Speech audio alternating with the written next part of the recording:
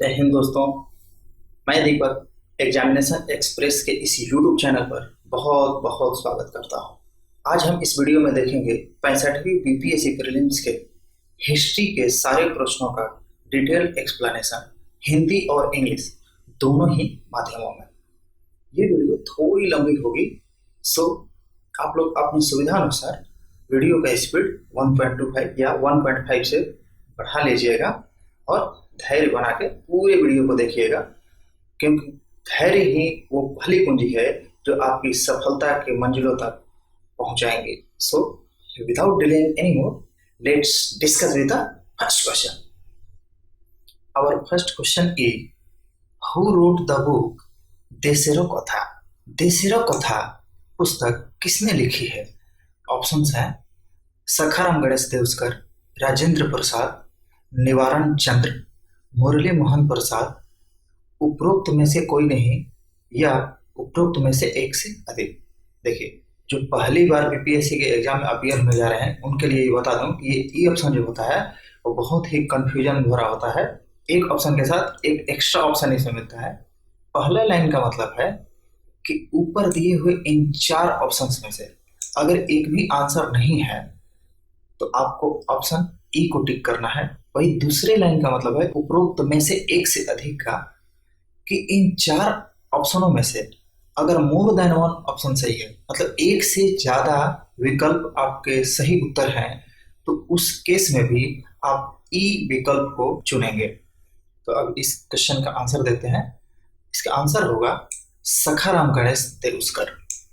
ये देशेरो कथा जो बुक था ये बांग्ला भाषा में लिखी हुई थी, मतलब इसकी जो लैंग्वेज थी बांग्ला थी। ये जो बुक है ये हमारे इंडियन इंडस्ट्री को कैसे फॉरेनर्स के द्वारा रिव्यू किया गया था उसके बारे में एक्सप्लेन करती है। मतलब हमारे देश के जितने भी उद्योग धंधे हैं उनको कैसे बर्बाद कर दिया गया विदेशियों के द्वारा, वो उसका ये उल्लेख करती है। ये बुक इतनी प्रसिद्ध हुई थी कि इसका हिंदी रूपांतरण भी हुआ देश की बात नाम से, और जो इनके ट्रांसलेटर थे उनका नाम है बाबूराव विष्णु पराड़कर। ठीक है। वहीं अगर गणेश जी की बात किया जाए तो इनको बंगाल का तिलक भी कहा जाता है। इनका जन्म 1869 में हुआ था और ये 1912 में स्वर्ग सिधार गए थे। इनको अरविंदो जी का सहयोगी माना जाता था, और ये अरविंद जो घोष थे इन्होंने कहा है कि ये जो स्वराज शब्द था इसका सबसे पहला प्रयोग देवस्कर साहब ने ही किया था।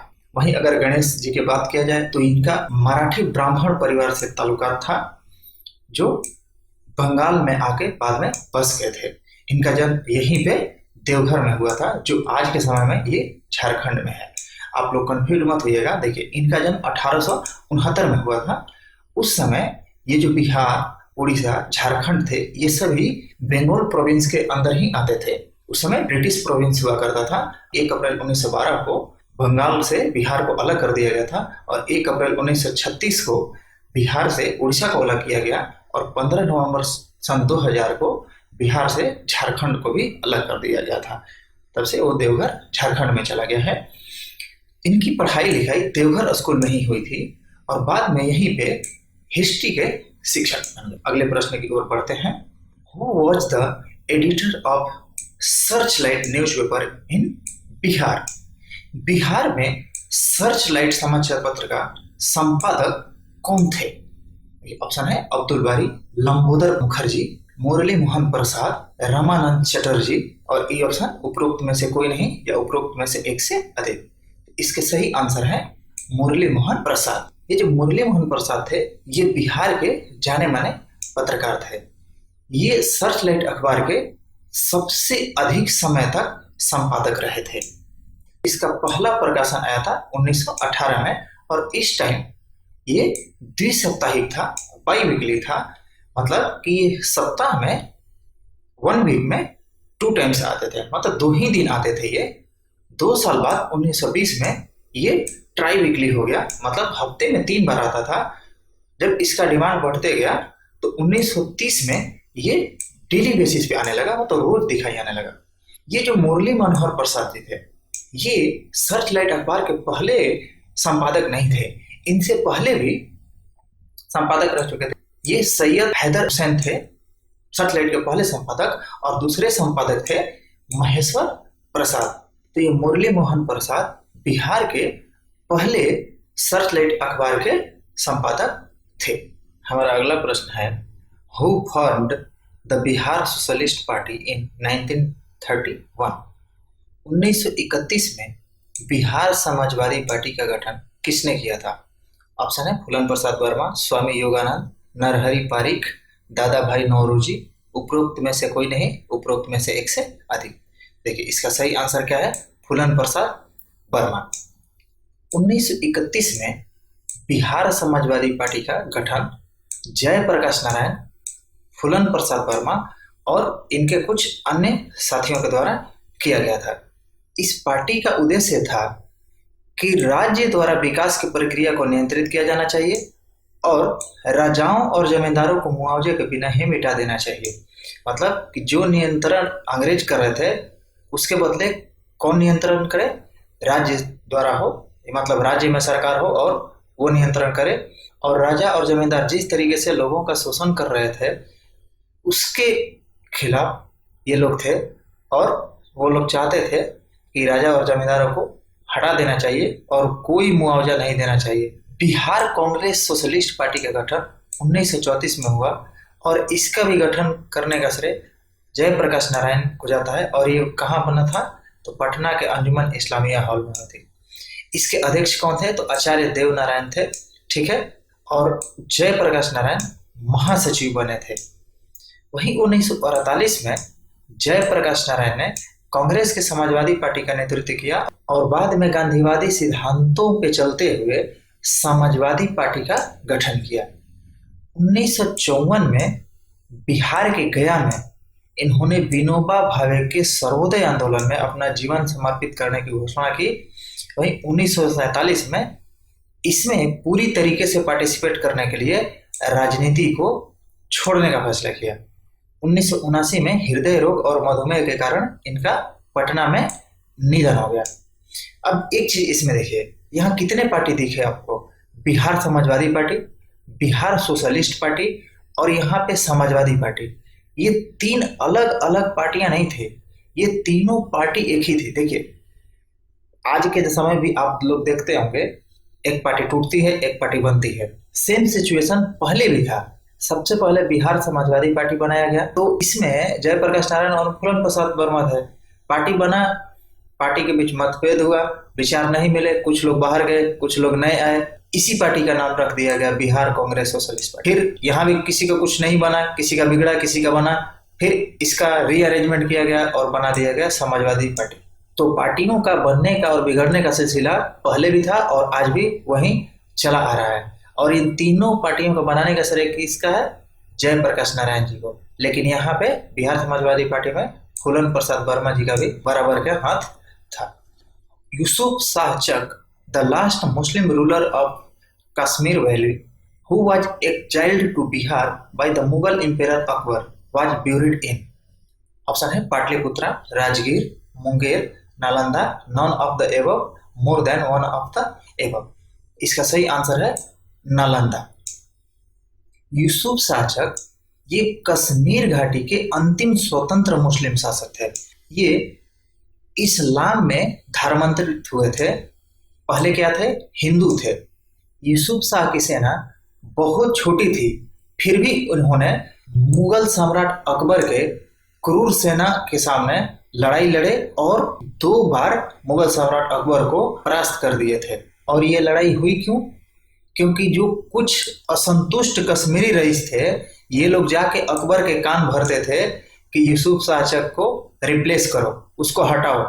अकबर ने क्या किया कि इसके ऊपर चढ़ाई किया, लेकिन 2 बार इसको मुंह की खानी पड़ी। लेकिन अकबर भी कहाँ पीछे हटने वाला था, ये तीसरी बार गया और इसको हरा दिया और इसको क्या कर दिया, निर्वासित कर दिया। मतलब जम्मू कश्मीर से इसको बेदखल कर दिया और कहाँ भेज दिया, बिहार में। वहीं इसका मृत्यु हुआ और नालंदा में ही इसको क्या कर दिया गया, दफना दिया गया। कि आधुनिक बिहार के निर्माता के रूप में किसे माना जाता है, तो देखिए ये इसमें आधुनिक बिहार के निर्माता के रूप में सच्चिदानंद सिन्हा इसमें सही आंसर होगा। लेकिन एग्जाम में क्या हुआ था कि बहुत सारे दोस्तों ने ई ऑप्शन को देख करके ई ऑप्शन को टिक मार दिया था। क्यों ऐसा हुआ?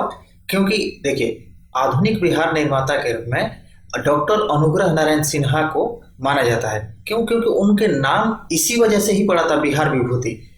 लेकिन सच्चिदानंद सिन्हा का भी कोई कम योगदान नहीं था। तो आइए दोनों लोग के बारे में देखते हैं और अपना जितना कंफ्यूजन था उसको दूर करने की कोशिश करते हैं। अनुग्रह नारायण सिन्हा का जन्म 18 जून 1887 को हुआ था और इनकी मृत्यु 5 जुलाई 1957 को हुई थी। इन्हें बिहार विभूति के नाम से जाना जाता है। ये चंपारण सत्याग्रह में पार्टिसिपेट किए थे और गांधीयन विचारधारा को फॉलो करते थे। इनको आर्किटेक्ट ऑफ मॉडर्न बिहार भी बोला जाता है। और इसका सबूत ये है कि लोकनायक जयप्रकाश नारायण ने एक एसे प्रकाशित किया था हमारे अनुग्रह नारायण बाबू शीर्षक से, और इसमें बताया गया है कि जो मॉडर्न बिहार है वो अनुग्रह नारायण सिन्हा का योगदान से हुआ है। Anugrah Narayan first deputy chief minister भी थे और साथ ही साथ फाइनेंस मिनिस्टर भी थे। अभी बिहार में देखिए सुशील कुमार मोदी है ना, उप मुख्यमंत्री और साथ ही साथ वित्त मंत्री भी हैं। तो ऐसे ही ये भी थे। और किसके कैबिनेट में थे? तो उस टाइम मुख्यमंत्री कौन थे? श्री कृष्ण सिंह। इनका जन्म औरंगाबाद डिस्ट्रिक्ट में हुआ था जो अभी बिहार में है। ये एक बार हजारीबाग जेल भी जा चुके हैं। क्यों? क्योंकि 1942 के सत्याग्रह में ये भाग लिए थे। 1942 में कौन सा सत्याग्रह हुई थी? असहयोग आंदोलन। सच्चिदानंद सिन्हा जी के बारे में देखते हैं। सच्चिदानंद का जन्म 10 नवंबर 1871 को आरा बिहार में हुआ था। ये बैरिस्टर, पत्रकार और लेखक थे। Very very important, the Indian nation के प्रकाशक भी थे और साथ ही साथ हिंदुस्तान रिव्यू के संपादक भी थे। तो ये आपको जरूर याद रखने हैं। इसके साथ साथ कुछ किताबें भी लिखी है जिनमें शामिल है प्रतिष्ठित भारतीय समकालीन, और दूसरी बुक है इकबाल, कवि और उनका संदेश। ये बुक आई थी 1947 में। सच्चिदानंद सिन्हा महेश नारायण, जिनको महेश्वर प्रसाद के भी नाम से जाना जाता है, और ये अंग्रेजी के पत्रकार थे। नंद किशोर लाल और श्री कृष्ण सहाय, ये लोग मिल करके जनवरी 1894 में पटना से बिहार पृथक्करण के लिए, ध्यान रखिएगा, बिहार पृथक्करण मतलब कि बंगाल से बिहार को अलग करने के लिए बिहार टाइम्स, इसी का दूसरा नाम था बिहारी समाचार पत्र, निकालना प्रारंभ किया। 1905 में बंगाल विभाजन का प्रस्ताव कौन लाया था? लॉर्ड कर्जन, जिसके अंतर्गत क्या था कि हिंदू बाहुल्य और मुस्लिम बाहुल्य जो दो इलाके थे वो मतलब धर्म के आधार पे गठन किया गया था, जिसका राष्ट्रवादियों ने बहुत विरोध किया था। 1911 में केंद्रीय विधान परिषद में सच्चिदानंद सिन्हा और मोहम्मद अली ये बंगाल से बिहार के विभाजन का प्रस्ताव पेश किया था। मतलब इन्होंने डिमांड रखा कि बंगाल को बिहार से अलग कर दिया जाए। फिर 12 दिसंबर 1911 को दिल्ली में आयोजित शाही दरबार में बिहार और उड़ीसा के क्षेत्रों को बंगाल प्रेसिडेंसी से पृथक कर एक नए प्रांत के रूप में संगठित करने की घोषणा सम्राट जॉर्ज प्रथम की उपस्थिति में गवर्नर जनरल लॉर्ड हार्डिंज द्वारा की गई। 1 अप्रैल 1912 को बंगाल से 3 करोड़ 50 लाख की जनसंख्या और 1,13,000 वर्ग मील का क्षेत्र बिहार, उड़ीसा सहित नए प्रांत के रूप में विधिवत उद्घाटन हुआ और इनकी राजधानी कहाँ बनाया गया? पटना बनाया गया। बिहार को पृथक राज्य बनाने की मुहिम का नेतृत्व डॉक्टर सिन्हा और महेश नारायण ने किया था। अतः बिहार को स्वतंत्र प्रांत के रूप में स्थापित करने का श्रेय इन्हीं को दिया जाता है। ध्यान दीजिएगा, बिहार को स्वतंत्र प्रांत के रूप में स्थापित करने का श्रेय इन्हीं को दिया जाता है। तो अब समझ में आई कि बिहार को मॉडर्न बनाने का या अलग करने का 2 लोगों को 3 लोगों को श्रेय नहीं है, बहुत लोग को श्रेय जाता है। मतलब कि डॉक्टर सच्चिदानंद सिन्हा भी थे, महेश नारायण भी थे और बिहार विभूति डॉक्टर अनुग्रह नारायण सिन्हा भी थे। इसीलिए कहा जाता है कि जो ई ऑप्शन होता है बहुत खतरनाक होता है। बहुत लोग कंफ्यूज होकर क्या कर दिए? ई ऑप्शन को मार दिए। क्यों? क्योंकि अनुग्रह नारायण के नाम में ही क्या लगा है? बिहार विभूति। तो कंफ्यूज नहीं होना है। बिहार को क्रिएट करने का श्रेय सिर्फ डॉक्टर अनुग्रह नारायण सिन्हा को ही नहीं है, सच्चिदानंद सिन्हा और महेश नारायण को भी दिया जाता है। 1916 में पटना में उच्च न्यायालय और 1917 में पटना विश्वविद्यालय और 1921 में विधानसभा भवन की स्थापना की गई। अभी सचिवालय के पास जो लेजिस्लेटिव असेंबली है ना, वो 1921 में ही बनाई गई थी।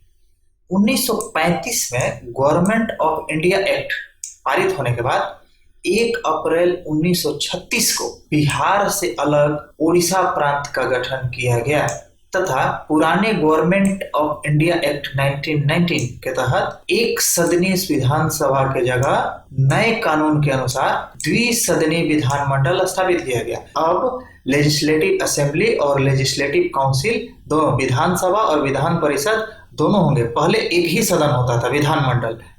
वही नए कानून के अनुसार क्या हो गया था कि द्विसदनीय विधानमंडल, एक तो विधानसभा होगा और दूसरा विधान परिषद होगा। 15 नवंबर 2000 को बिहार के दक्षिणी भाग से 18 जिलों को अलग करके झारखंड एक अलग राज्य बना दिया गया।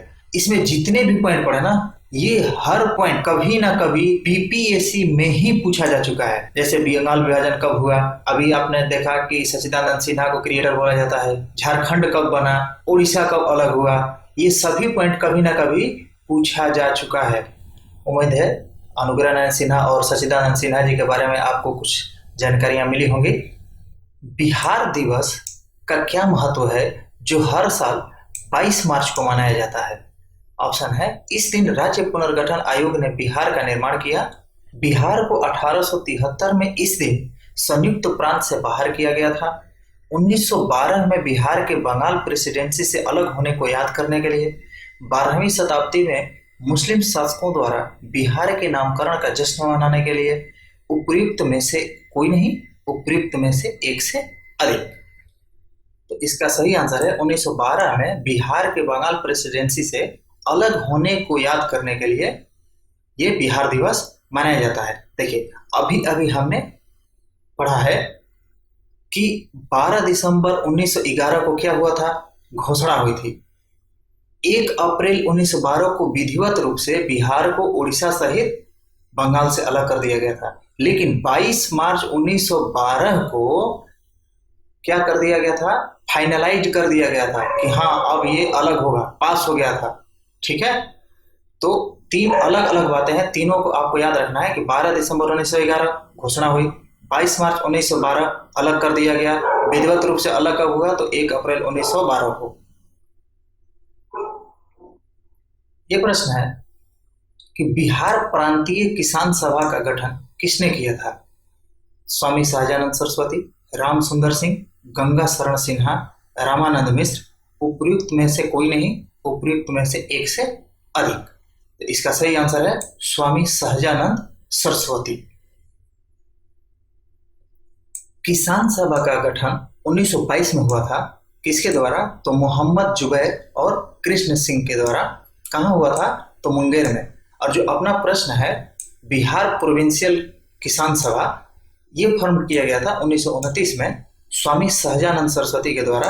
और ये क्यों किया गया था तो किसानों पे जो अत्याचार हो रहे थे जमींदारों के द्वारा, उसके खिलाफ आवाज उठाने के लिए बनाया गया था। वहीं यूनाइटेड पॉलिटिकल पार्टी का गठन हुआ था जमींदारों के द्वारा सप्रेस करने के लिए, किसको, किसानों को।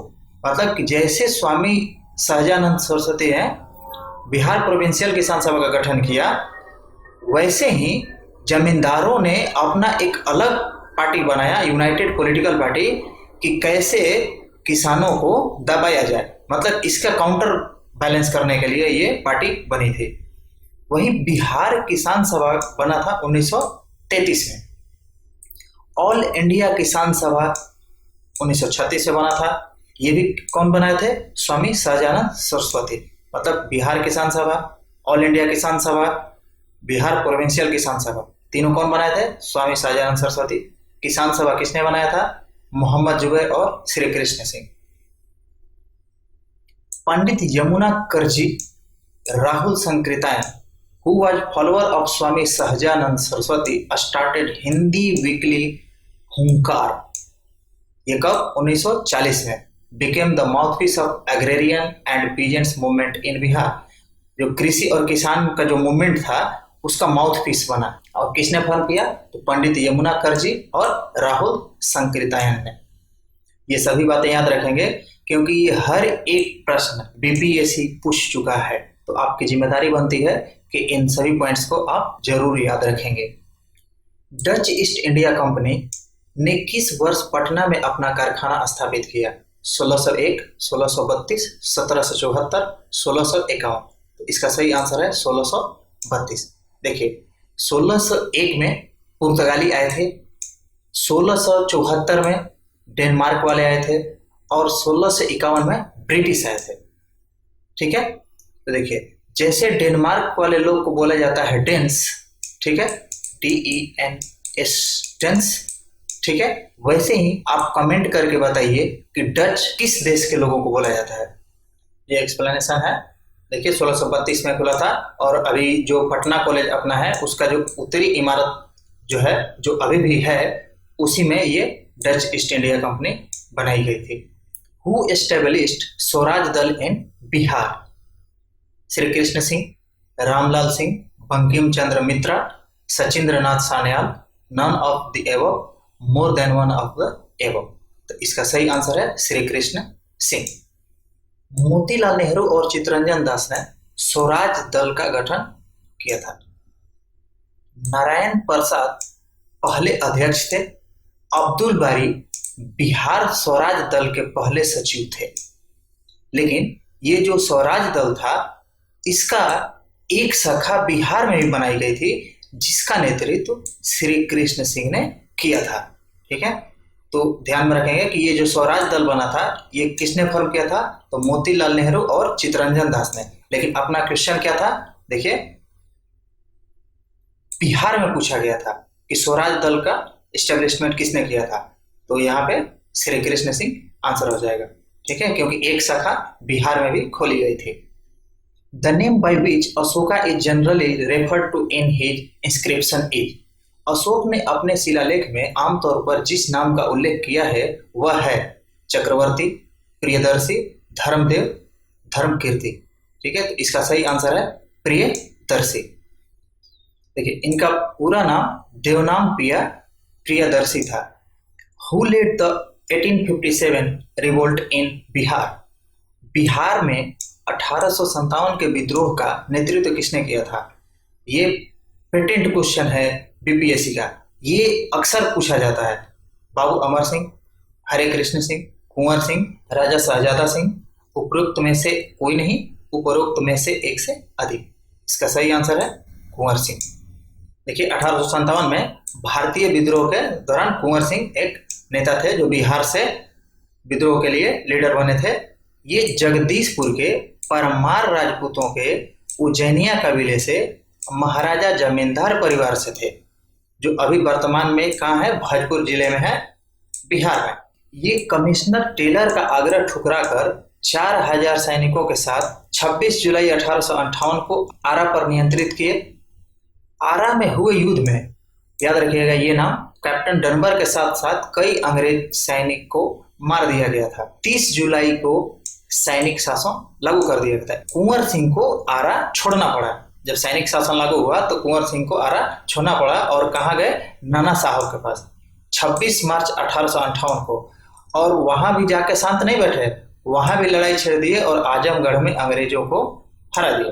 फिर 23 अप्रैल 1858 को कैप्टन ली ग्रांट के नेतृत्व वाली अंग्रेज सेना को भी पराजित किया। ये नाम बहुत इंपॉर्टेंट है, कैप्टन ग्रांट ली, इनको भी इन्होंने हराया था। फिर अंत में शिवपुर घाट पर नदी पार करते समय ब्रिगेडियर डगलस के तोप से उनका बायां हाथ बुरी तरह घायल हो गया और 2 दिन के बाद उनकी मृत्यु हो गई। असहयोग आंदोलन के दौरान बिहार में काश्तकारों का नेतृत्व किसने किया? काश्तकारों मतलब जो मेहनत मजदूर करने वाले लोग थे, जो किसान वर्ग थे, कल्टीवेटर्स। ठीक है, मतलब जो किसान मजदूर जो थे उनका नेतृत्व किसने किया था? ऑप्शन है स्वामी विद्यानंद, राजकुमार शुक्ला, श्री कृष्ण सिंह, जेबी सेन, उपरोक्त में से कोई नहीं, उपरोक्त में से एक से अधिक। तो इसका सही आंसर क्या है? स्वामी विद्यानंद। 1920-21 में किसान कार्यकर्ता स्वामी विद्यानंद दरभंगा राज्य के खिलाफ एक आंदोलन का नेतृत्व किया। दो लोग उस समय बहुत चर्चित थे, दरभंगा महाराज और डुमरांव महाराज। ऐसा क्यों? क्योंकि ये दोनों ही लोग अंग्रेजों की सहायता किया करते थे। इस वजह से लोग इन दोनों लोग से खफा रहते थे। यह आंदोलन उत्तर बिहार के दरभंगा, मुजफ्फरपुर, भागलपुर, पूर्णिया, मुंगेर आदि जिलों में फैला था। स्वामी विद्यानंद गांधी जी के चंपारण आंदोलन से काफी प्रेरित थे। उन्हें अक्सर गांधी जी के शिष्य होने का दावा किया जाता था। Who was the founder of Indian National Congress? भारतीय राष्ट्रीय कांग्रेस सम्मेलन के संस्थापक कौन थे? William Adam, A.O.. ह्यूम, रास बिहारी बोस, मोतीलाल नेहरू, उपरोक्त में से कोई नहीं, उपरोक्त में से एक से अधिक। तो इसका सही आंसर है ए.ओ. ह्यूम। देखिए, इंडियन नेशनल कांग्रेस से प्रत्येक साल आपको 2 से 3 क्वेश्चन मिलेगा ही मिलेगा। जैसे इस साल ही बैक टू बैक 3 क्वेश्चन पूछा गया है। देखिए कि the Indian National Congress conducted it's first session in Bombay from 28 to 31 December 1885 at the initiative of retired civil service officer Allan Octavian Hume. मतलब इंडियन नेशनल कांग्रेस का पहली बार सेशन बुलाया गया था बॉम्बे में 1885 में। किसके द्वारा? सिविल सर्विस रिटायर ऑफिसर थे Allan Octavian Hume, A O. Hume. ये जो पार्टी बना था ना, ये भारतीयों के लिए नहीं बनाया गया था, ये अंग्रेज अपने फायदे के लिए बनाया था। ऐसा इसलिए क्योंकि उस टाइम बहुत सारे पार्टी था, ठीक है, तो बहुत सारे पार्टी को एक साथ मनाना बड़ी मुश्किल था। तो अंग्रेजों ने दिमाग लगाया कि एक बड़ी पार्टी को पकड़ते हैं और एक पार्टी बना लेते हैं, और जो भी बात होगी इन्हीं के सामने करेंगे और इन्हीं से सुलह करेंगे। जो कुछ भी कहना होगा या सुलह करना होगा, कोई भी संधि करनी होगी, ठीक है। इस वजह से उन्होंने अपना बर्डन कम करने के लिए चालाकी में वो ये पार्टी बनाए थे, लेकिन उनकी एक गलती भारत को उनसे आजाद करवा दिया। Hume organize first meeting in Bombay with the approval of the viceroy lord Dufferin. Very very important, आपसे पूछा जा सकता है कि जब इंडियन नेशनल कांग्रेस बना था उस समय भारत के वायसराय कौन थे? तो आपको याद रखना है कि viceroy Lord Dufferin. Umesh Chandra Banerjee first president of Congress थे। मतलब ये जो बैठक हुआ था, सम्मेलन हुआ था, उसमें पहला प्रेसिडेंट कौन थे? Umesh Chandra Banerjee. First session was attended by 72 delegates. 72 लोगों ने इसको अटेंड किया था, और ये 72 लोग ये रिप्रेजेंटेटिव थे ईच प्रोविंस ऑफ इंडिया के। मतलब सभी प्रांतों से एक एक लोग को शामिल किया गया था। और ऐसा माना जाता है कि ये ब्रिटिश एम्पायर के खिलाफ एशिया और अफ्रीका का पहला मॉडर्न नेशनलिस्ट मूवमेंट था। Acharya J B. Kripalani was the president of Indian National Congress at the time of partition of India। मतलब जब भारत विभाजन हुआ था उस समय JB. Kripalani Indian National Congress का प्रेसिडेंट थे। और 3 महिलाएं इंडियन नेशनल कांग्रेस का चेयरमैन बन पाई थी। पहले थे एनी बेसेंट, ये आयरलैंड की थी। दूसरे सरोजिनी नायडू, ये इंडिया की थी। और तीसरी नेली सेनगुप्ता, ये भी इंडिया की थी। एनी बेसेंट 1917 में बने थे, सरोजिनी नायडू 1925 में और नेली सेनगुप्ता 1933 में, ठीक है। ये कोलकाता अधिवेशन में थे, ये कानपुर में थे, और ये नेली सेनगुप्ता कोलकाता में। और कितने नंबर के अधिवेशन हुए थे? तो ये 33rd मतलब 33वां अधिवेशन में एनी बेसेंट थे। फिर उसके बाद देखिए 8 साल बाद हुआ था ना, 8 साल ऐड कर दीजिएगा तो कितना हुआ? 41। मतलब 41वां सम्मेलन में कौन थे? सरोजिनी नायडू। लेकिन फिर अब दिमाग मत लगाइएगा कि 8 साल और जोड़ देते हैं क्योंकि 8 साल यहाँ पर भी है, ठीक है। नहीं, क्यों? क्योंकि 1930 में सम्मेलन नहीं हुआ था। 1929 में स्वराज का डिमांड किया गया था ना, उसके बाद बहुत सारा रायता फैला था, इस वजह से 1930 में नहीं सम्मेलन हुआ था। तो एक गैप लग गया था। तो 8 नहीं ऐड करना है, 7 ही ऐड करना है। तो 41 + 7 48, मतलब 48वां अधिवेशन में। तो याद रखेंगे एनी बेसेंट 33वें, सरोजिनी नायडू 41वें और नेली सेनगुप्ता 48वें अधिवेशन में चेयरमैन बने थे। ये सारे पॉइंट वेरी वेरी इंपॉर्टेंट। देखिए इस क्वेश्चन का आंसर जितना आप पढ़ चुके हैं जो, उससे निकालते हैं। भारत के विभाजन के समय भारतीय राष्ट्रीय कांग्रेस का अध्यक्ष कौन थे? अभी अभी हमने पढ़ा है जेबी कृपलानी। अब इस प्रश्न को देखिए, ये प्रश्न भी आईएनसी से ही है। भारतीय राष्ट्रीय कांग्रेस के पहली महिला अध्यक्ष कौन थी? तो ये श्रीमती एनी बेसेंट। देखिए, अगर पूछा है पहली महिला अध्यक्ष तो एनी बेसेंट, अगर यही सवाल पूछ देता कि भारत की पहली महिला अध्यक्ष कौन थे तो क्या हो जाता? सरोजिनी नायडू। ठीक है, तो यहाँ थोड़ा ध्यान से देखिएगा, क्वेश्चन को पढ़िएगा। भारत सेवक समाज की स्थापना किसने की थी? लाला लाजपत राय, बिपिन चंद्र पाल, गोपाल कृष्ण गोखले, भगत सिंह, उपर्युक्त में से कोई नहीं, उपर्युक्त में से एक से अधिक। तो इसका सही आंसर होगा Gopal Krishna Gokhale. Who was the first Satyagrahi of the individual Satyagraha movement? व्यक्तिगत सत्याग्रह आंदोलन का पहला सत्याग्रही कौन थे? ऑप्शन है सरोजिनी नायडू, सी राजगोपालाचारी, विनोबा भावे, सुभाष चंद्र बोस, और ये एक से अधिक या इनमें से कोई नहीं। तो सही आंसर होगा इसका विनोबा भावे। समझिएगा, व्यक्तिगत सत्याग्रह आंदोलन जो था पहला विनोबा भावे ने किया था, ये द्वितीय विश्व युद्ध के बाद हुआ था, और इसमें गांधी जी ने कहा था कि व्यक्तिगत सत्याग्रह कीजिए और हमारे पास आने की जरूरत नहीं है, मतलब बार बार गांधी जी के पास जाने की जरूरत नहीं है, आप लोग खुद सत्याग्रह कीजिए और उस सत्याग्रह का लीडर भी आप खुद बनिए, मतलब खुद ही सत्याग्रह कीजिए और अपना लीडर खुद ही बनाए, आप खुद अपने आप को ही लीडर समझिए। ये एक्सप्लेनेशन है, पढ़ लीजिएगा। Who wrote the book India for Indians? India for Indians पुस्तक किसने लिखी है? C R Das, M G Ranade, V D Savarkar, S N Banerjee, उपरोक्त में से कोई नहीं। तो इसका सही आंसर है सी आर दास, चित्तरंजन दास। सत्यशोधक समाज की स्थापना किसने की है? दयानंद सरस्वती, ज्योतिबा फुले, गांधी जी, डॉक्टर बाबा साहेब आम्बेडकर। इसका सही आंसर है ज्योतिबा फुले। लंदन में इंडिया हाउस के संस्थापक कौन थे? श्यामजी कृष्ण वर्मा, रास बिहारी बोस, रामचंद्र, तारकनाथ दास, उपरोक्त में से कोई नहीं या उपरोक्त में से एक से अधिक। तो इसका सही आंसर है श्यामजी कृष्ण वर्मा। भागलपुर में नमक सत्याग्रह का नेतृत्व किसने किया था? ऑप्शन है श्री कृष्ण सिंह, महादेवलाल सराफ, कुमार मिश्रा, सत्यनारायण, इनमें से कोई नहीं या इनमें से एक से अधिक। तो इसका सही आंसर है महादेवलाल सराफ। देखिए, नमक सत्याग्रह से अक्सर क्वेश्चन आ जाते हैं, तो इसका एक्सप्लेनेशन देखते हैं डिटेल में। 12 मार्च 1930 को गांधी जी की दांडी यात्रा आरंभ हुई थी। 24 दिन तक रोजाना 10 मील प्रतिदिन के हिसाब से चलने के बाद 5 अप्रैल को नमक कानून का उल्लंघन कर सविनय अवज्ञा आंदोलन की शुरुआत की।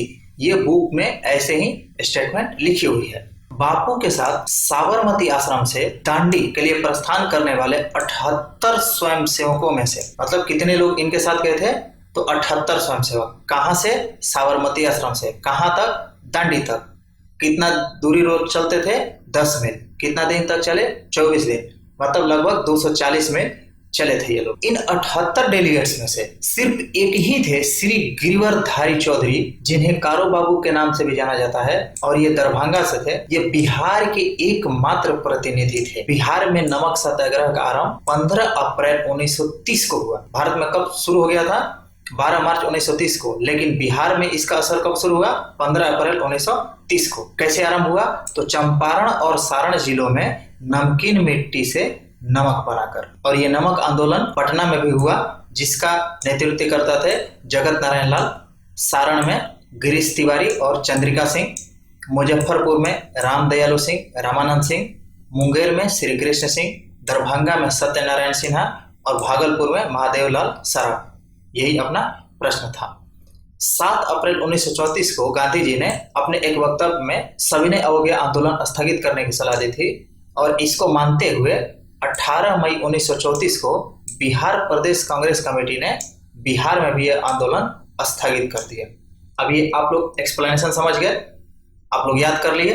अब देखिए, इससे रिलेटेड एक अगला क्वेश्चन है, इसको सॉल्व करते हैं। In 1930 from where Mahatma Gandhi started the civil disobedient movement. 1930 में महात्मा गांधी ने सविनय अवज्ञा आंदोलन कहां से शुरू किया? वर्धा, दांडी, सेवाग्राम, साबरमती, इनमें से कोई नहीं या इनमें से एक से अधिक। तो इसका सही आंसर क्या है?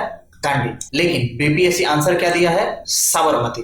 ठीक है, तो मैं आप लोग के आपके अपने विवेक के ऊपर छोड़ता हूं कि दांडी आप आंसर मारते हैं या साबरमती, क्योंकि बीपीएससी हर साल 3-4 क्वेश्चन में लोचा करती ही करती है। ठीक है, देखिए अगर आप किसी भी बुक को फॉलो करते होंगे तो आप उसमें देखेंगे कि उसमें साफ साफ लिखा गया है कि दांडी में नमक बनाकर सविनय अवज्ञा आंदोलन की शुरुआत की गई है। साबरमती आश्रम से तो ये लोग चले थे दांडी के लिए, जहां पे जा करके ये लोग सविनय अवज्ञा आंदोलन का शुरुआत करते। तो साबरमती तो ऑप्शन नहीं होना चाहिए, दांडी होना चाहिए।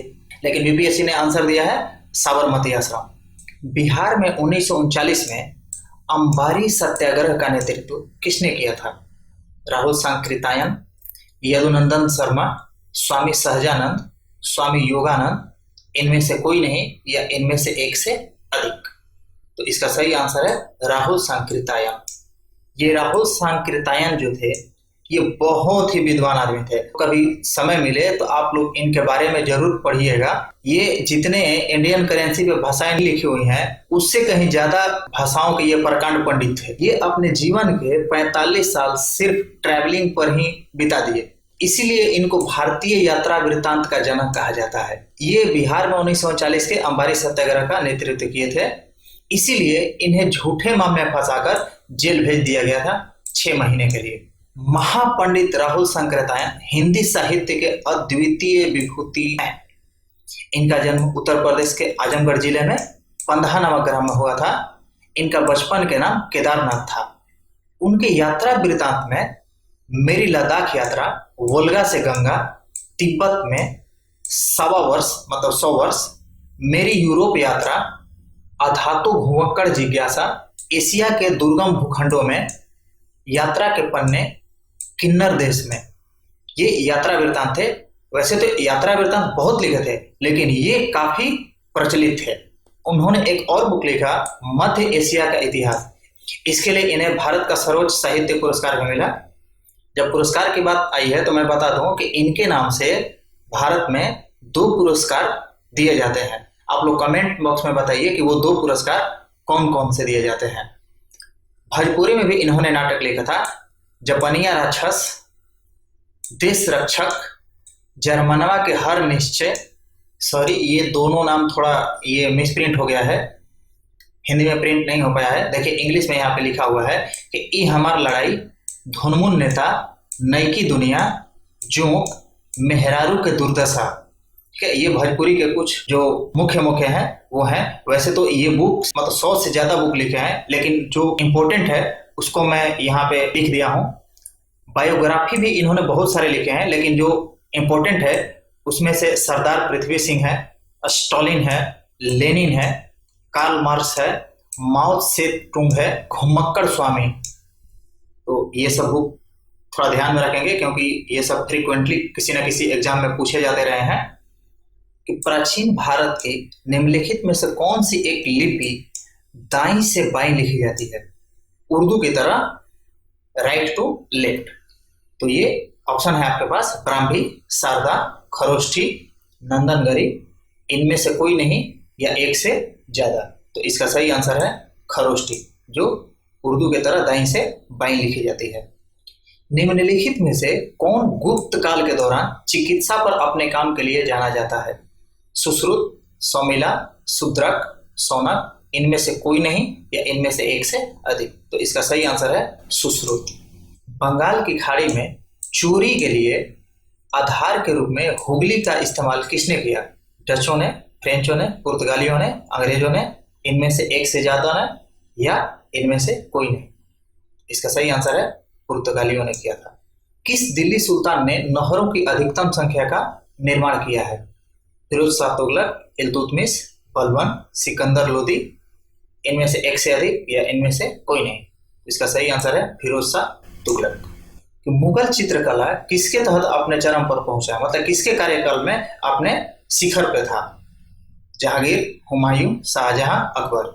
इसका सही आंसर है जहांगीर। मुगल बादशाह जितने हैं वो किस चीज में निपुण थे या इनके कार्यकाल में क्या सबसे अधिक प्रसिद्ध था, ये जरूर याद रखेंगे क्योंकि ये फ्रीक्वेंटली पूछे जा रहे हैं। आप 3-4 साल का ट्रेंड देखेंगे पेपर उठा करके तो उसमें अक्सर ये पूछा गया है कि इनके कार्यकाल में कौन सी चीज प्रसिद्ध था या ये चीज प्रसिद्ध किसके कार्यकाल में हुआ। ठीक है, तो ऐसे प्रश्न लगातार पूछे जा रहे हैं। गुप्त काल में उत्तर भारतीय व्यापार के लिए निम्नलिखित में से कौन सा बंदरगाह उपयोग में था? कल्याण, ताम्रलिप्ति, ब्रोच, कैम्पे। इनमें से कोई नहीं, इनमें से एक से अधिक। इसका सही आंसर है ताम्रलिप्ति। आइए इसको मैप के थ्रू समझते हैं। इसको आप लोग देख लीजिएगा, यहाँ पे ताम्रलिप्ति। दूसरा है मुचरी, जिसको मुरजिस के नाम से भी जाना जाता है। ठीक है, और एक है बरिगाजा। ये देखिए, ये वाला जो इलाका है ताम्रलिप्ति है, जो बंगाल है ना वहां पर है, जो मेदिनीपुर डिस्ट्रिक्ट में ये अभी है। ये और भी पोर्ट है जैसे बेंगी, कांचीपुरम, बनवासी और इधर आइएगा तो वल्लभी। तो ये कुछ इंपॉर्टेंट है। ताम्रलिप्ता या ताम्रलिप्ति प्राचीन बंगाल में एक शहर था, बंगाल की खाड़ी के पास है। पश्चिम बंगाल में आधुनिक भारत के मेदिनीपुर जो डिस्ट्रिक्ट है उसमें ये जगह है। अभी वर्तमान पश्चिम बंगाल में तमलुक शहर जो है ये पहचान ताम्रलिप्ति के स्थल के रूप में ही होता है। जो ताम्रलिप्ति स्थल है इसका नाम बदल के क्या रख दिया गया? तमलुक शहर। ऐसा माना जाता है कि ताम्रलिप्ति दक्षिण और दक्षिण पूर्व के लिए मौर्य व्यापार मार्ग का प्रस्थान बिंदु था। मौर्यों का जो व्यापार होता था ये इसी जगह से होता था। ताम्रलिप्ति जो बंदरगाह है इसी के थ्रू यहाँ से जहाजों से एक देश से दूसरे देश जाते थे और अपना व्यापार करते थे, और दूसरे देश के लोग भी यहीं से आते थे और पाटलिपुत्रा में एंटर करते थे। ताम्रलिप्ति कलिंग साम्राज्य का सबसे प्रमुख बंदरगाह था। मतलब ये उस टाइम किस साम्राज्य में था? तो कलिंग साम्राज्य में था। बाद में दक्षिण पूर्व एशिया में बौद्ध धर्म के प्रसार में भी ये ताम्रलिप्ति जो था ये बहुत इंपॉर्टेंट रोल निभाया है। The Sarabandi campaign 1922 was led by. Sarabandi campaign 1922 किसके नेतृत्व में किया गया था? चित्तरंजन दास, सरदार वल्लभ भाई पटेल, राजेंद्र प्रसाद, लाला लाजपत राय। इनमें से कोई नहीं या इनमें से एक से अधिक। तो इसका सही आंसर क्या है? सरदार वल्लभ भाई पटेल। किसके नेतृत्व में ठगों का दमन हुआ? ऑप्शन है Lord Clive, captain Sleeman, Lord Minto, Alexander Burnes. उपरोक्त में से कोई नहीं या इनमें से एक से अधिक। ठगों का उन्मूलन और सती प्रथा का उन्मूलन ये किसने किया था? लॉर्ड विलियम बेंटिक ने। लेकिन ठगों का जो उन्मूलन हुआ था ये किसके सहायता से किए थे? तो कैप्टन स्लीमैन के हेल्प से किए थे। और किसके कार्यकाल में हुआ था? तो Lord William Bentinck. Lord William Bentinck Bharat के प्रथम गवर्नर जनरल थे। ये 1828 से 1835 तक भारत में शासन किया। 1829 में सती प्रथा पर राजा राम मोहन राय की सहायता से पूर्णतया प्रतिबंध कर दिया और 1830 में ठगी प्रथा पर भी प्रतिबंध लगाया। मैकाले की अध्यक्षता में एक मैकाले आयोग 1835 बनाया गया था और इस आयोग ने एक शिक्षा सिफारिश लाई, ठीक है, जिसमें अंग्रेजी को पढ़ाने के लिए कहा गया था। 1835 में कोलकाता मेडिकल कॉलेज की भी स्थापना इन्होंने किया था। 1833 में चार्टर एक्ट पारित किया और इस एक्ट के द्वारा बंगाल के गवर्नर जनरल को भारत का गवर्नर जनरल बनाया गया। इस स्टेटमेंट से 2 पॉइंट निकल के आता है। पहला कि बंगाल का अंतिम गवर्नर जनरल कौन था? तो लॉर्ड विलियम बेंटिक। भारत का पहला गवर्नर जनरल कौन था? तो लॉर्ड विलियम बेंटिक। दोनों ही यही थे क्योंकि इन्हीं के कार्यकाल में बंगाल के गवर्नर जनरल को बदला गया था भारत के गवर्नर जनरल में। अफगानिस्तान के प्रति आक्रामक नीति का पालन करने वाला वायसराय कौन था? Lord Mayo, Lord Lytton, Lord Dufferin, Lord Canning. तो इसका सही आंसर है लॉर्ड लिटन। मुकुंद पद्मनाभन के बाद समाचार पत्र द हिंदू के संपादक कौन बने? ऑप्शन है एन राम, सिद्धार्थ वरदराजन, सुरेश नामवत, मालिनी पार्थ सारथी। इनमें से कोई नहीं या इनमें से एक से अधिक। इसका सही आंसर है सुरेश नामवत। तो यहाँ से इस पॉइंट को भी याद रखिएगा कि जब मुकुंद पद्मनाभन के बाद ये बने थे, इसका मतलब क्या था कि पहले संपादक कौन होंगे? मुकुंद पद्मनाभन। हो सकता है अगले बार ये पूछ दिया जाए आपसे कि द हिंदू के पहले संपादक कौन थे, तो आप याद रखेंगे मुकुंद पद्मनाभन। स्वराज मेरा जन्मसिद्ध अधिकार है और मैं इसे लेकर ही रहूंगा, किसने कहा था? तो ये सबको पता होगा, बाल गंगाधर तिलक ने कहा था। Which revolutionaries were hanged in the Kakori train robbery case? कौन से क्रांतिकारी थे जिन्हें काकोरी ट्रेन डकैती कांड में फांसी दी गई थी? राम प्रसाद बिस्मिल और अशफाकुल्ला, वीर सावरकर और वासुदेव चापेकर, प्रफुल्ल चंद्र चाकी और खुदीराम बोस, सूर्य सेन और उधम सिंह, इनमें से कोई नहीं या इनमें से एक से अधिक? तो इसका सही आंसर है राम प्रसाद बिस्मिल और अशफाकुल्ला। रविंद्रनाथ टैगोर ने अपने नाइटहुड की उपाधि किस कारण त्याग दी थी? सविनय अवज्ञा आंदोलन का क्रूर दमन, भगत सिंह को फांसी दिया जाना, जालियांवाला बाग हत्याकांड, चोरी चौरा की घटना, इनमें से कोई नहीं या इनमें से एक से अधिक? तो इसका सही आंसर है जालियांवाला बाग हत्याकांड की वजह से नाइटहुड की उपाधि त्याग दी थी। 19 मार्च 1919 को रॉल्डेट एक्ट लागू किया गया। इसके अनुसार किसी भी संदेहास्पद व्यक्ति को बिना मुकदमा चलाए गिरफ्तार किया जा सकता था, परंतु जिसकी गिरफ्तारी हुई थी उसके पास ना कोई अपील, ना कोई दलील और ना ही कोई वकील करने की इजाजत थी। 13 अप्रैल 1919 को अमृतसर में जालियांवाला बाग हत्याकांड हुआ। डॉक्टर सतपाल और सैफुद्दीन किचलू की गिरफ्तारी के विरोध में ये जनसभा हो रही थी, जिस पर जनरल डायर ने अंधाधुंध गोलियां बरसवाई थी। तो हंसराज नामक एक भारतीय ने ही इसको सहयोग किया था। शंकर नायर ने हत्याकांड के विरोध में वायसराय की कार्यकारिणी परिषद के सदस्यता से इस्तीफा दे दिया। तो एक पहला नाम आया शंकर नायर, कहां से इस्तीफा दिए थे? तो वायसराय की कार्यकारिणी परिषद से।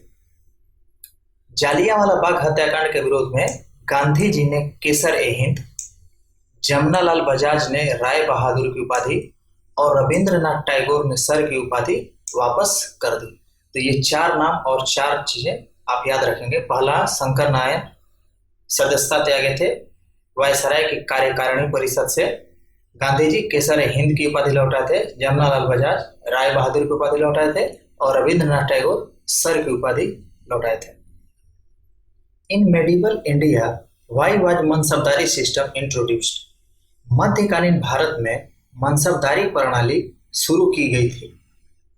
राजस्व संग्रह के लिए, सेना के लिए भर्ती की सुविधा, धार्मिक स्थापित करने के लिए सामंजस्य, स्वच्छ प्रशासन सुनिश्चित करना, इनमें से कोई नहीं, इनमें से एक से अधिक, मतलब ई ऑप्शन। तो इसका सही आंसर क्या है? सेना के लिए भर्ती की सुविधा। देखिए नाम में ही छुपा है ये मनसबदारी प्रणाली। ये मनसब का मतलब ही होता है रैंक, ओहदा, ठीक है। और इसमें क्या किया जाता था कि जो सम्राट था वो जितने जमींदार साहूकार थे उनको बोला गया कि आप लोग घोड़सवार रखिए, घोड़े रखिए और उसके बदले में पैसे देंगे। मतलब कि घोड़े रखने के बदले में प्रति माह वेतन मिलते थे सम्राट से। और भी कुछ वर्ड है जो यहाँ पे लिखी हुई है, इसको भी आप समझ लीजिए क्योंकि अक्सर ये सब पूछा जाता रहा है। पहला है रैयतवारी। देखिए रैयत का मतलब भी होता है किसान और वारी का मतलब होता है खेत या भूमि।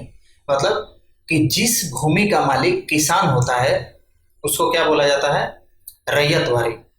मतलब इस सिस्टम में क्या किया गया था कि मालिक खुद किसान को ही बना दिया गया था, ठीक है। और ये रैयतवाड़ी किसने लागू किया था? तो थॉमस मुनरो ने। ये कब किए थे? 1820 में। दूसरा है महालवारी। देखिए महाल का मतलब भी होता है महल, इलाका, गांव। मतलब जिस भूमि का मालिक पूरा गांव होता था उसको बोला जाता था महलवारी सिस्टम। और इस सिस्टम को किसने इंट्रोड्यूस किया था? तो होल्ट मैकेंजी ने 1822 में। तीसरा है जमींदारी। मतलब कि जिस जमीन का मालिक खुद जमींदार होता था वो जमींदारी सिस्टम कहलाती थी। अगला है बकास्त भूमि। देखिए बकास्त भूमि होता था कि जब मंदी का समय जब था उस समय लगान न दे पाने के कारण जो किसान अपना जमीन जमींदारों को दे देते थे उसी जमीन को बकास्त भूमि कहा जाता था। तो ये सब कुछ शब्द थे, इसको आप याद रखिएगा। ये प्रश्न है, निम्नलिखित में से कौन भूमि का रिकॉर्ड अधिकारी है? ऑप्शन है पटवारी, लंबरदार, जमींदार, जेलदार, उपरोक्त में से कोई नहीं या इनमें से एक से अधिक। तो इसका सही आंसर है पटवारी। पटवारी क्या होता था? भूमि रिकॉर्ड अधिकारी। लंबरदार क्या होते थे? तो लंबरदार भी भूमि रिकॉर्ड अधिकारी ही होते थे, लेकिन इनके साथ कुछ एडिशनल चीजें भी होती हैं। तो शुद्ध रूप से पटवारी किस काम आते हैं? तो भूमि रिकॉर्ड रखने के लिए। ठीक है, लंबरदार, जिनको नंबरदार भी बोला जाता है, और ये सब अंग्रेजों के जमाने से ही चल आ रहा है। लंबरदार और जेलदार ये दोनों लगभग एक ही हैं। ये जेलदार वो होते हैं जो 40 से लेकर 100 गांवों के जागीरदारों का मालिक होते थे। ये मतलब कि 100 से लेकर के 40 गांव के जागीरदार इनके अंडर रहते थे, तो इनको जेलदार बोला जाता था। ठीक है, और जागीरदार किसको बोला जाता था? जो रेवेन्यू कलेक्ट करते थे। ठीक है, और जमींदार अभी समझे जो जमीन का मालिक होता है। देखिए, जैसे पटवारी शब्द आया, तो ये पटवारी शब्द कहाँ इस्तेमाल किया जाता है? राजस्थान में। ठीक है, लंबरदार शब्द कहाँ इस्तेमाल किया जाता है? तो पंजाब और हरियाणा में। वैसे ही बिहार और यूपी में तहसीलदार शब्द का इस्तेमाल किया जाता है भूमि रिकॉर्ड अधिकारी के लिए। वह प्रथा जिसके तहत किसान स्वयं भूमि का मालिक होता है और सरकार को भू राजस्व के भुगतान के लिए जिम्मेदार माना जाता है। देखिए, अभी अभी हमने पढ़ा ना कि जो खुद अपने भूमि का मालिक हो उसको क्या बोलते हैं? रैयतवाड़ी। ठीक है, रैयत मतलब क्या? किसान। ठीक है, और वाड़ी मतलब खेत, मतलब जिस खेत का मालिक किसान हो उसी को क्या बोला जाता है? रैयतवाड़ी प्रथा। जमींदारी प्रथा पहले ही समझ चुके हैं, महलवाड़ी भी पहले समझ चुके हैं, और आखिरी ऑप्शन बचा दहसाला प्रथा। तो दहसाला में ही इसका भी अर्थ छुपा हुआ है। दहसाला मतलब 10 साल। ये लागू किए थे अकबर के एक मंत्री थे, राजा टोडरमल। ठीक है, उन्होंने क्या किया कि 10 साल का जितने रेवेन्यू जनरेट हुए थे उनका डीपली एनालिसिस किए थे, और उसके अनुसार वो टोटल रेवेन्यू का 1/3 टैक्स नकदी लागू किए थे। और इन्होंने एक दो काम और किए थे कि ये मेजरमेंट के लिए एक गज ए इलाही पैमाना निकाला था, जिसमें 33 इंच होता थे। कहने का मतलब है कि एक गज ए इलाही 33 इंच के बराबर होते थे, और ये जो इनका स्केल था उसमें 41 नंबर लिखे होते थे। इसके अलावा उन्होंने 60 गुना 60 यार्ड जमीन को 1 बीघा का नाम दिया था। मतलब कि 60 इंटू 60 यार्ड लैंड को क्या बोले थे कि ये 1 बीघा जमीन हुआ। ठीक है, मतलब लंबाई भी 60 होनी चाहिए और चौड़ाई भी 60 होनी चाहिए।